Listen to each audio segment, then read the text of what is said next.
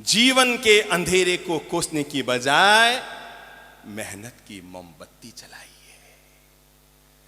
ये अंधेरा है, ये अंधेरा है, ये अंधेरा है, ये कोसने से जिंदगी में जीवन का अंधेरा कभी दूर ना होगा, जीवन की गरीबी कभी दूर ना होगी, जीवन की मध्यम वर्गीयता कभी दूर ना होगी, जीवन का आलस्य और प्रमाद कभी दूर ना होगा। आदमी को मेहनत की मोमबत्ती जलानी होगी और अपने आप को आगे बढ़ाने के लिए कटिबद्ध होना पड़ेगा।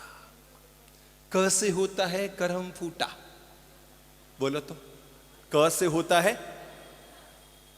क से होता है किस्मत वाला, क से होता है करम फूटा, क से होता है किस्मत वाला और क से होता है कर्म योग। ये तीनों जुड़े हुए हैं। पहला क से मैंने क्या कहा? करम फूटा।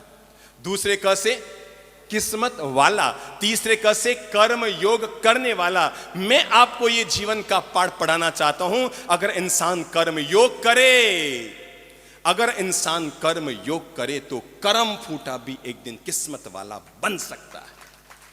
अगर इंसान मेहनत करे ईमानदारी से, परिश्रम करे ईमानदारी से। अरे इस दुनिया में जितने अमीर लोग हुए हैं आज की तारीख में, आपको जानकर आश्चर्य होगा कि वे तकदीर के मारे हुए थे, भाग्य से कोसे हुए थे। और 70% दुनिया के अमीर लोग ऐसे हैं जो किसी गरीब के घर में पैदा हुए थे। 70%।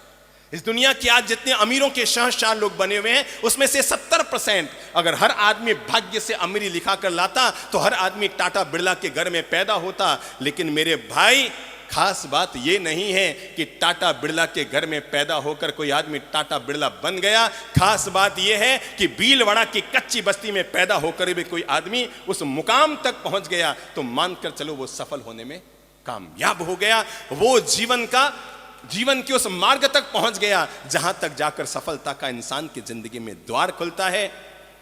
इनकार किया था जिन्होंने कभी मिलने से मेरा समय देखकर। क्या कहा मैंने? इनकार किया था कभी जिंदगी में मिलने के लिए जिन लोगों ने मेरा समय देखकर।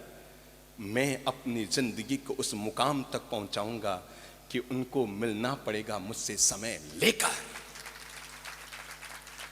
जिंदगी में कभी इनकार किया था, मेरी परिस्थिति को देखकर लोगों ने मुझसे मिलने के लिए, अरे साहब समय नहीं है, मेरे समय को देखकर लोगों ने समय नहीं दिया था। लेकिन मैं इस मुकाम तक अपने आप को हर इंसान पहुंचाए कि एक दिन वे ही लोग मिलने के लिए आए तुमसे समय लेकर कि भाई साहब हम आपसे कब और कैसे मिल सकते हैं। मेरे भाई, जीवन में संभावनाएं अभी भी शेष है। अगर आप 50 साल के हो गए तो ये मत समझो कि हम जीवन में कुछ कर नहीं सकते हैं। अगर आप 60 और 70 साल के हो गए तो हम ये न समझें कि जीवन में हम कुछ कर नहीं सकते हैं। मैं आपको बता दूं, हरे रामा हरे कृष्णा मिशन जो पूरी दुनिया में फैला हुआ है, उसके जो प्रमुख हैं प्रभुपाद, उस संत ने 70 साल की उम्र में संकल्प लिया था कि मैं भगवान के नाम को, इस भक्ति के योग को पूरी दुनिया भर में फैलाऊंगा। और पहली बार 70 साल की उम्र में प्रभुपाद ने जलयान से अपनी यात्रा शुरू की, हाथ में एक ढोलक लेकर। एक कौड़ी पैसा साथ में न लिया, केवल एक ढोलक, एक तबली साथ में लेकर वो प्रभुपाद स्वामी हरे कृष्णा हरे मिशन के प्रमुख रवाना हुए थे। किस उम्र में? कौन सी उम्र में? 70 साल की उम्र में। और 82 साल के हुए तब तक वो दुनिया से चले गए। पर मैं ये बताना चाहता हूँ, 70 साल की उम्र में भी आदमी ये उपक्रम उठा ले कि मैं अपने भगवान की वाणी और उनकी भक्ति को पूरी दुनिया में फैलाने में सफल होऊंगा। तो जिस हरे रामा हरे कृष्णा को बंगाल के लोग भी नहीं जानते थे, 70 साल के उस बूढ़े ने पूरी दुनिया में फैला दिया। आदमी ये न सोचे कि मेरी उम्र अब क्या हो चुकी है। आदमी ये भी ना सोचे मैं किसी गरीब के घर में पैदा हुआ, मैं भला दुनिया में क्या बन सकता हूं। तो हमारे लिए आदर्श है ऐसे दुनिया में कई लोग जो किसी गरीब के घर में पैदा हुए पर आज दुनिया के अमीरों में अमीर बने हुए हैं। हम ये ना सोचें अजी साहब मैं तो साइकिल पर जीवन की शुरुआत की, मैं क्या कर सकता हूं। तो उन सब लोगों के जीवन को देखो जो कल तक सड़क पर थे आज वो आसमान में हैं, कल तक अर्श पर थे आज वो आसमान में हैं, कल तक वो जमीन पर थे आज वो ऊंचाइयों पर चढ़े हुए हैं। देखो उन सब लोगों की जिंदगी को।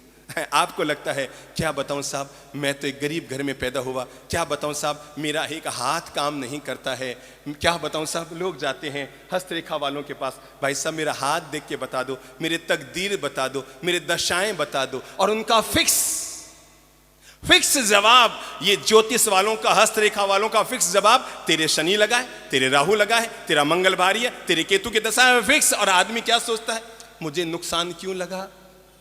किसी आदमी को कपड़ा मिल में नुकसान लगा, वो गया किसी ज्योतिषी के पास, हस्तरेखा वाले के पास, और उसने कहा तेरे शनि भारी, सो तेरे नुकसान लग गया। अब आदमी के दिमाग में क्या आया, मेरे शनि खराब इसलिए नुकसान लग गया। उसने कहा 7.5 साल की छुट्टी हो गई, 7 साल तक कुछ न कर पाया। मेरे भाई, जीवन में कभी नुकसान हो जाए तो अपने नुकसान का दोष किसी शनि को देने के बजाय अगर अपनी कार्यशैली को देंगे, कार्यशैली को ठीक करेंगे, शनि का दोष 7 साल में उतरेगा और कार्यशैली 6 महीने में ठीक करके वापस आप अपने मुकाम तक पहुंच जाएंगे।